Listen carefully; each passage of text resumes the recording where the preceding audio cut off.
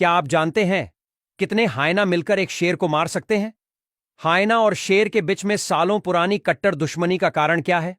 चलिए जानते हैं हायना के पास कौन कौन सी छिपी हुई खतरनाक ताकत है और हायना का झुंड मिलकर शेर को कब मार गिराते हैं। आमतौर पर एक हायना को शेर जितना खतरनाक नहीं माना जाता, लेकिन फिर भी हायना जब झुंड में होते हैं तो शेर को भी 2 कदम पीछे लेने पर मजबूर कर देते हैं।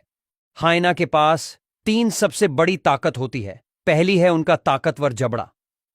हायना के जबड़े बेहद शक्तिशाली होते हैं, जिनसे ये हड्डियों तक को आसानी से चबा जाते हैं। इनकी बाइट फोर्स लगभग 1100 पीएसआई तक पहुंच सकती है, जबकि शेर या बाघ की बाइट फोर्स 600 से 700 पीएसआई तक ही होती है। दूसरी ताकत है धैर्य और सहनशीलता। हायना अपने शिकार को लंबे समय तक दौड़ाकर थका देने में माहिर होते हैं। पहले शिकार को थका देते हैं, फिर उन पर हमला करते हैं। तीसरी ताकत है समूह और रणनीति। हायना बेहद बुद्धिमान और चालाक शिकारी होते हैं।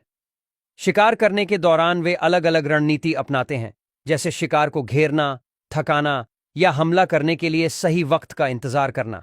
लेकिन अब जानिए कि शेर और हायना की दुश्मनी की मुख्य वजह क्या है।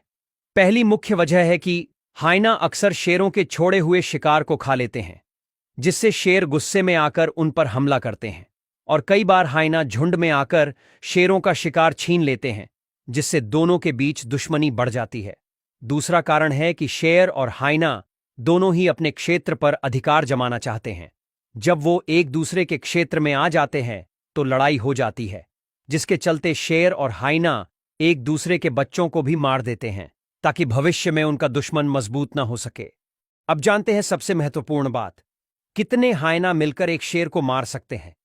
आमतौर पर 2 किस्सों में हायना मिलकर शेर को मार सकते हैं।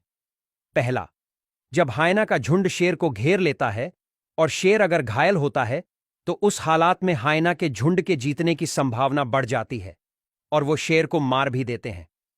दूसरे किस्से में अगर शेर बूढ़ा हो चुका है और हायना का झुंड अगर बहुत देर तक शेर से टक्कर ले रहा हो, तो उस हालत में शेर कमजोर होकर गिर सकता है या मर सकता है। लेकिन अगर शेर पूरी तरह से तंदुरुस्त हो तो हायना का झुंड उसे घेर लेता है, तो भी वह शेर को मारने में सक्षम नहीं होते।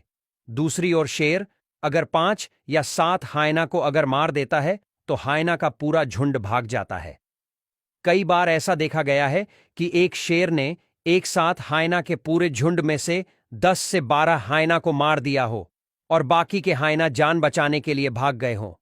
लेकिन अगर हायना का झुंड अनुभवी हो और शेर युवा हो, तो फिर हायना अपने थका देने की रणनीति का उपयोग करके शेर को थका देते हैं और फिर रणनीति बनाकर थके हुए शेर पर हमला करके उसे बहुत घायल भी कर देते हैं या शेर को भागने पर मजबूर कर देते हैं।